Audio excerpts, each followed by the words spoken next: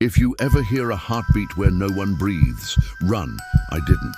This is the wretched story of the telltale heart. True, nervous. Yes, my nerves are strung tight as wire. Plucked, they sing. But will you call that madness? The sickness sharpened me. It shaved the dull off the world. Sounds bit clean through the air. I heard the slow crawl of clouds. I heard damp wood breathe. I heard the small patient tapping that lives inside walls. I heard things beneath the floorboards that had no business moving. How then am I mad? Sit close, breathe quiet, hear how calmly I can tell it. The thought arrived without footstep, without face. It simply was. And then it grew teeth. I had no quarrel with the old man, no wound to bind, no insult to bleed. His gold meant nothing. I loved him dearly. God help me, I did. But his eye, that eye, a vulture's eye, milk blue, filmed, not quite human, a blind coin, yet it watched. When it touched me, cold prickled under my skin like frost-finding veins. So little by little I chose, not the man, never him. But the eye must close forever. You think I'm raving? Madmen rush. I prepared. All that week I was tender, sweeter to him than prayer, and every night just at midnight I eased the latch and let the door sigh into a slit. Not a line of light escaped. I slid my head in like a thief's hand, the lantern sealed shut. You would have laughed to see me creep, inch by inch, a shadow folded into shadow. An hour, sometimes more, to smuggle my whole head into the stale dark until I hovered over his bed. A madman. Would a madman move the world one hair at a time? When I was close enough to drink his breath, I undid the lantern slowly, oh so slowly, the hinge held in scream. Only a thread of brightness, thin as a spider's silk, slid out, a knife of light. I stitched it to the eye, but each night that pale horror stayed closed. The lid, the blessed lid. I could not strike the man, only the eye, and the eye slept. So I waited. 7 nights I listened to the house think, to the beetles tick, to my own breath sound like a sail in a dead room. On the 8th night, my caution became a religion. I moved slower than a minute hand. Power hummed inside my bones. Triumph tasted like metal on my tongue. He did not dream. He could not. My thumb slipped on the tin. The old man snapped upright, a crack in the dark. "Who's there?" Silence pooled. I did not breathe. I became dust suspended. A full hour, we listened to the house hold its breath. He sat up, quarry still. I heard the death watches in the wall, a tiny, patient metronome. That sound lives in old wood the way secrets live in men. Then his groan. Not pain, not grief. The soul's own low flood when awe swamps reason. I knew it well. I had released that very sound myself, midnight after midnight, while dread licked at the edges of my thoughts.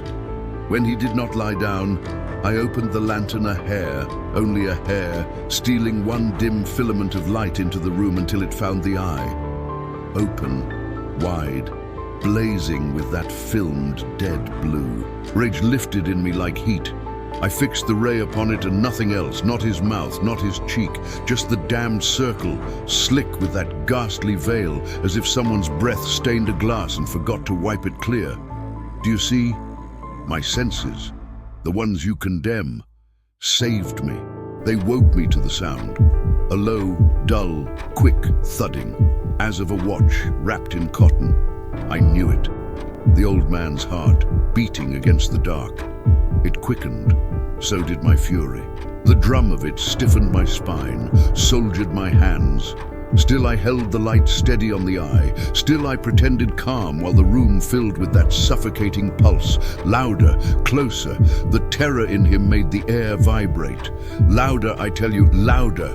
At the deadest cut of night, when houses deny all sound, such a beating blooms into a shout. Neighbors, I thought.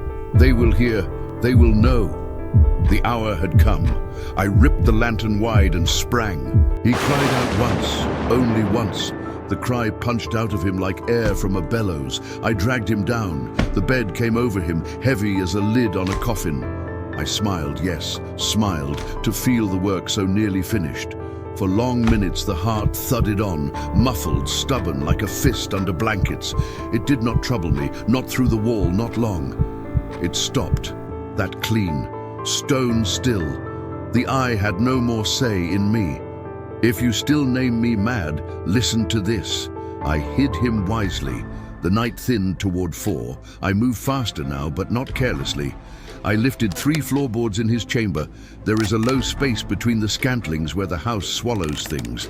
I made it swallow him and made the boards kiss back into place. No stains, no slick, not a pearl of red anywhere. I was too shrewd for that. A tub had caught all, and the tub was already rinsed of its memory. The bell counted 4. A knock answered it. I went down light as dust and opened. 3 men. Police, courteous as cats. A neighbor had heard a shriek in the night. A suspicion, a complaint, a duty. They must look. What had I to fear? I smiled and let them in. I told them the cry was mine, only a dream. The old man was away in the country on business. I toured them through his rooms, showed them his locked things, his quiet silver. Search, I said, and my hands offered the house like a plate. At last I brought chairs into his chamber and begged them to rest.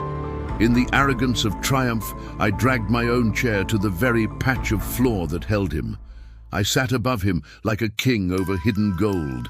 They were content. My ease had charmed them. We chatted. I answered lightly. Their faces softened.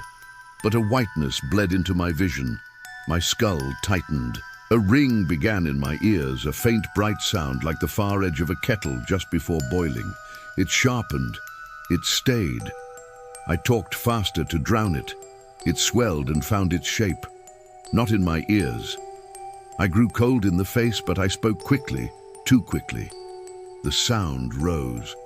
A soft, dull, quick hammering, a wrapped watch, a buried metronome. The beat had weight. The beat had teeth. Louder. Do you hear? Louder. I laughed too brightly. I dragged chairs across the floor.